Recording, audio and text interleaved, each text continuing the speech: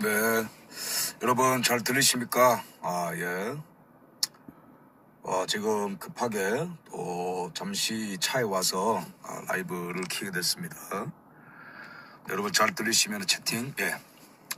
지금 제가 공수처 앞에서 시위하다가 잠깐 제 차에 와서 좀 라이브를 켰습니다. 조용한 곳에서 중요한 내용을 여러분들께 좀 빨리빨리 업데이트를 좀 해드리기 위해서 조용한 곳에서 좀 방송을 켰습니다.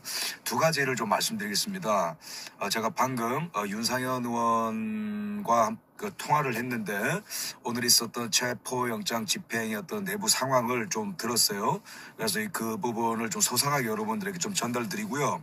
두 번째로는 윤석열 대통령의 자필 편지가 방금 공개가 되었습니다. 여러분 아직 울 시간이 아니에요. 아직 우시면 안 돼요. 마음을 알겠는데 차분하게 지금 상황이 어떻게 흘러가고 있는지 우리가 냉정하게 보자고요.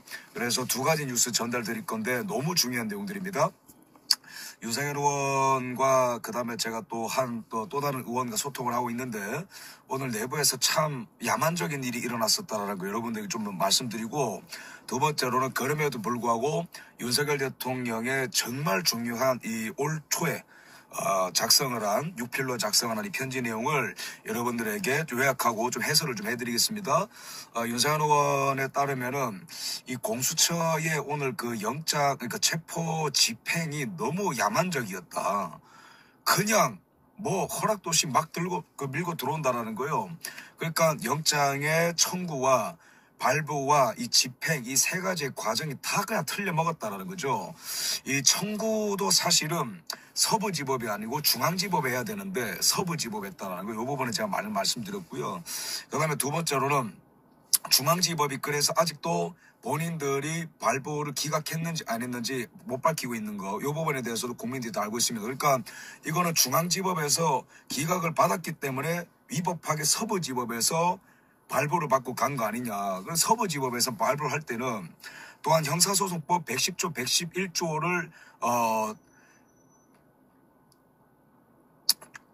참고해서 군사상의 비밀을 요하는 지역은 못 들어가게 해줘야 되는데 서부지법에서는 그 좌파 판사가 그냥 그거를 막 들어가게 해놓은 거예요. 1차 영장 발부도 잘못됐지만 2차로 또 이제 발부를 받아서 들어갔죠. 어쨌든 이 청구와 발부가 다 틀렸는데 오늘 집행할 때도 보시면 어제 가짜뉴스를 이용했죠. 공수처가 55 경비단이 아니 뭐 해제하라고 명령을 한 적도 없는데 공수처가 가짜뉴스를 흘렸는지 아니면 가짜뉴스를 활용을 했는지 55 경비단이 그냥 앞으로 문을 열어줄 거다면서 경호처를 막 흔들고 말이죠. 그래서 공수처가 그냥 그 가짜뉴스에 의존해가지고 오늘 경호처장의 명령이 있어야 문을 경호차장, 지금 경호차장이 김성훈 경호차장의 명령이 있어야 문을 열 수 있는 건데 그냥 막 들어오는 거예요. 막 제끼고 그다음에 막 국회의원들이 막 인간 방패를 해도요 그냥 힘으로 막 물리치고 막 들어온다고 합니다. 그래서 이런 뭐 말도 안 되는 상황.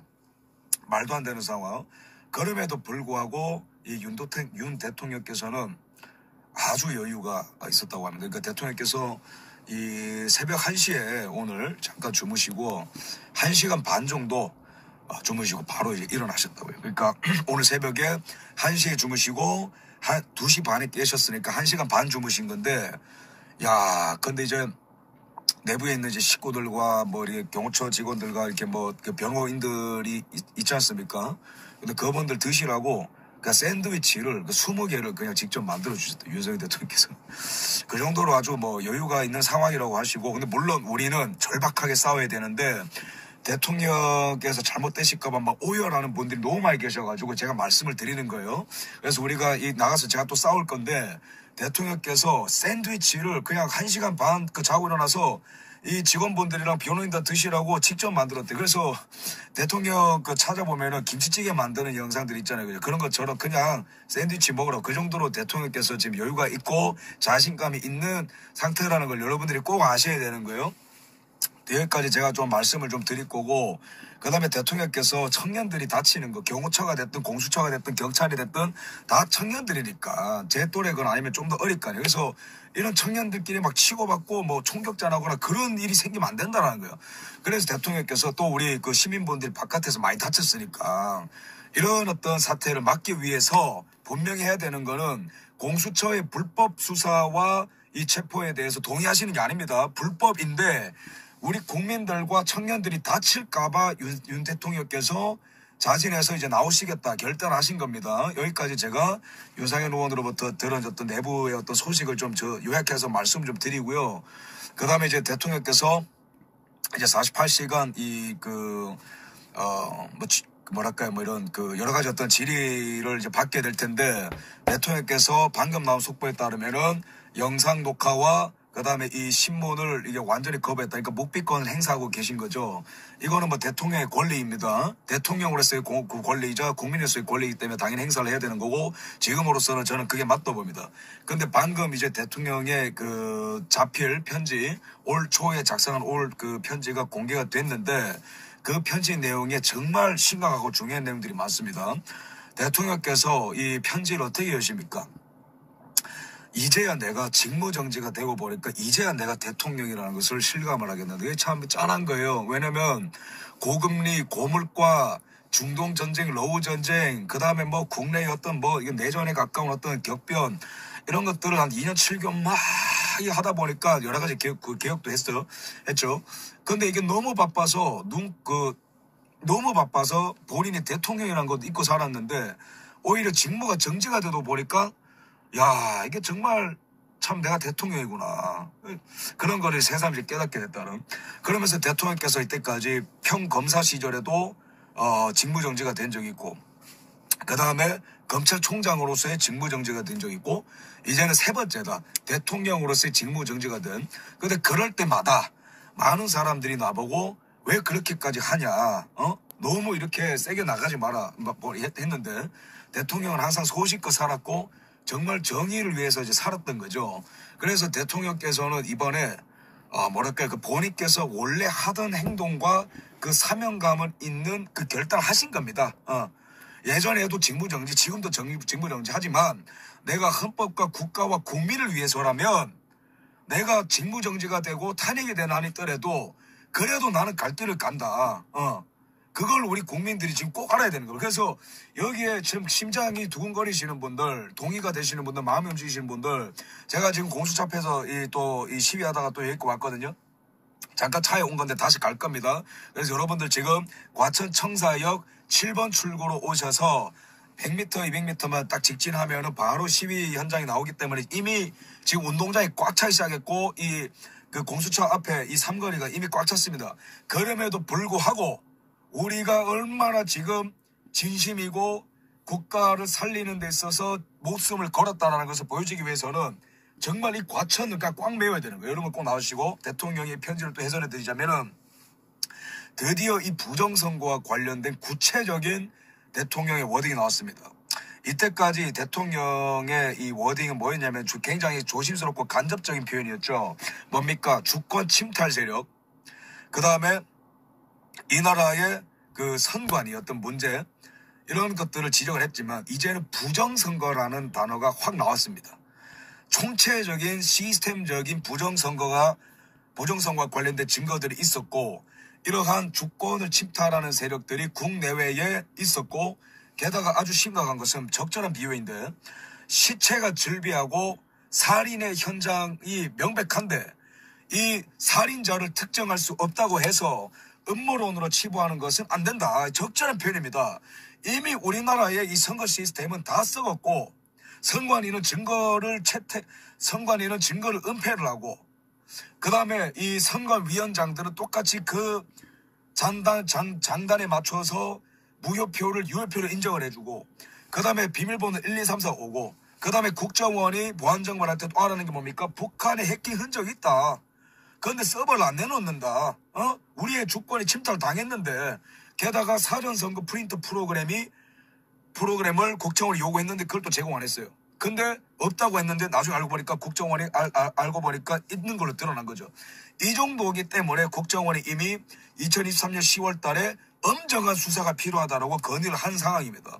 그래서 윤석열 대통령께서 이번에 공개된 편지 중에 내용이 길지만 특별히 부정선거와 관련된 이 부분을 여러분들이 꼭 숙지를 해 주십시오. 그래서 대통령께서 수사를 안 할 수가 없었다.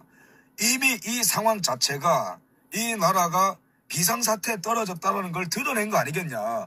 그러므로 계엄령은 불법이 아니고 이러한 상황에 쓰라고 헌법이 대통령에게 준 비상대권이다라고 해석을 하고 있는 거예요. 그게 맞는 것이고, 그래서 대통령께서 이 올 초에 작성했다는 뜻이 뭡니까? 공개를 할 의향이 있었다라는 거죠. 그 초에. 근데 왜 지금껏 이거를 기다리시다가 지금 급하게 발표하셨을까요? 그거는 윤석열 대통령이 바라보는 가장 완벽한 타이밍이 아직 오지 않았기 때문에 기다리셨다라는 거예요, 여러분. 그러면 그 완벽한 타이밍이 뭘까? 정말로 이 부정선거를 윤석열 대통령이 더 핵심 증거를 까게 되면은 이 빨갱이들 전국적으로 폭동이 일어날 수 있어요, 정말로. 암살자 보낼 수도 있다고.